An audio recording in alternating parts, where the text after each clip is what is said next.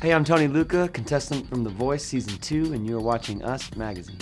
I decided to audition for The Voice because after catching bits and pieces of the first season and seeing that this was sort of the first vocal contest, reality show that didn't shy away from shedding light on, previous work and artists that have sort of been at this for some time, where there were no restrictions, no age restrictions, no limits on, success that you may have had in the past, and I thought I kind of fit that formula pretty well. I've got a pretty interesting story, and musically I felt as though I could certainly hold my own. So I said, maybe this is the show.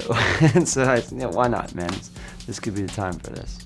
Choosing Adam was I feel like an obvious choice, aside from the fact that he pushed his button first. He pushed two buttons. Aside from the fact that of all the things that were said and expressed to me in that little session of back and forth, he was kind of the only one to say, like, I want to work with you. Please pick me. Had any of them made like a really strong case and maybe sold me on something that I hadn't thought of, okay, yeah, you know what?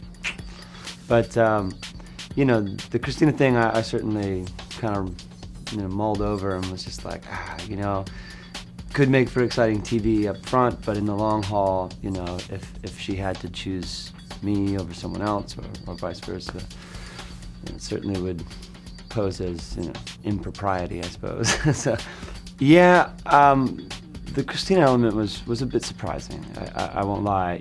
There's even a shot of me while she's talking to me after my blind audition, where she's kind of extending some really flattering things, but I'm like, yeah, anything else you want to say?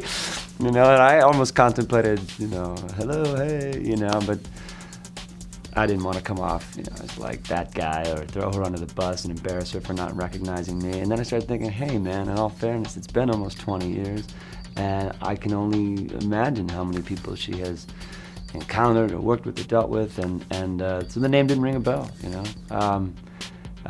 but as well, like, that environment is very bizarre. There's a lot of a lot going on at once, and everyone's kind of doing their own internal calculating as to like what they need to do, where they need to look, what camera's catching this, that, and it didn't surprise me that it would hit her afterwards. And of course, when she came backstage, it was very genuine and all very cool to catch up.